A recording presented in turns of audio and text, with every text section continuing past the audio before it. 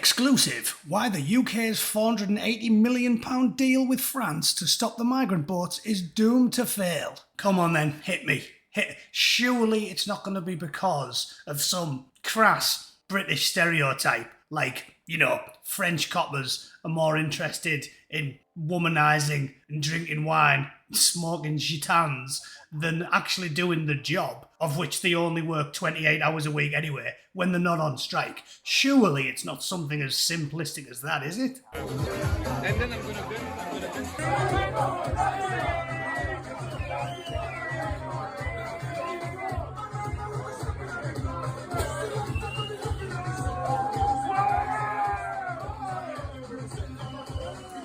What, a French copper stood on the bar gyrating and pointing at his crotch while pissed? You do surprise me.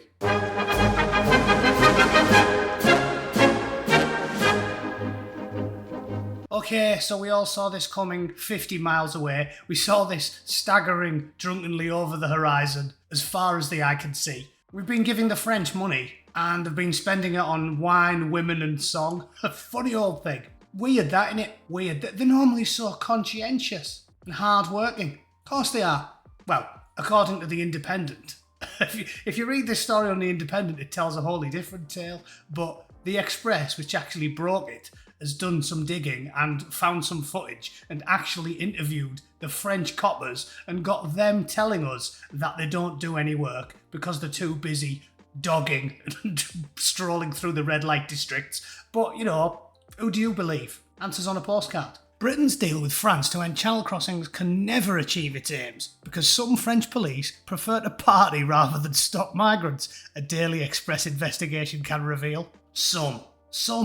I mean, I'm not going to criticise the French for this because just think of human nature. Would British police prefer to A, go on the piss with the lads, or B, actually do some work?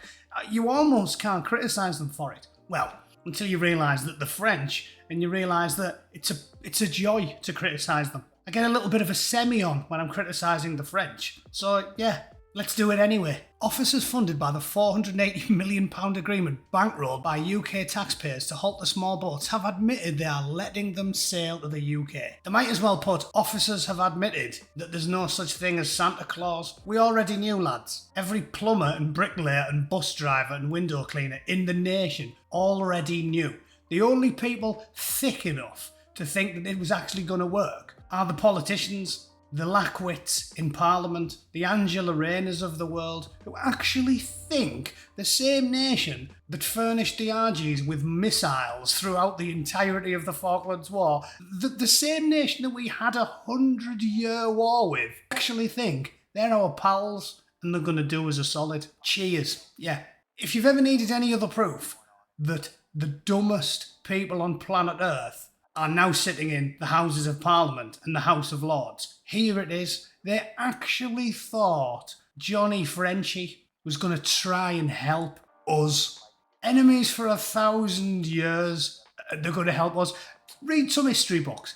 Did Napoleon have a soft spot for us, did he? Our 2-week probe reveals that instead of using the funds to mount heavier patrols, officers seem more concerned with drinking binges and chasing women.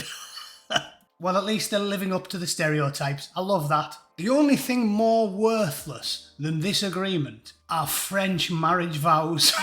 Some police have an almost brazen contempt for the role. They're in action making a mockery of Britain's backing as they switch from cynical indifference to sentimentality. We don't stop the migrants. It's not our job to stop them. No, it's not a copper's job to enforce the law. Nah.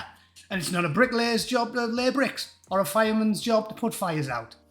I could do this all day. It's not a cobbler's job to cobble. Yeah. Nah, he doesn't need to fix shoes. He should just avoid showering, eat cheese, and meander through the red light district, dogging anything that'll let him within 10 feet of it. There they are, look, hard at work.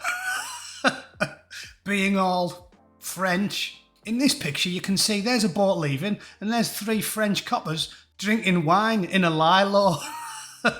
And as I said earlier, they even admit it themselves. It's not like the Independent's like, oh, the Express is making some wild claims. The coppers tell you, as we see. A couple of days ago, I let a family go that wanted to leave. They touched my heart. Before we are cops, we are humans. When I see those migrant families, I just want to let them be. We shouldn't say that, but we can't welcome all the misery of the world into France. The senior officer in his 40s who met us in the smoking area of the Be Happy bar in Calais. Boozing, dogging and smoking. Stick to what you're good at, lads. Stick to what you're good at.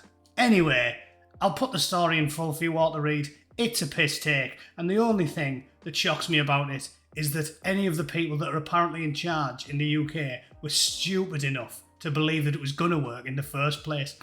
As I've been saying for a long time, the proof is in the pudding. They don't want to fix the problem, they don't care about the problem.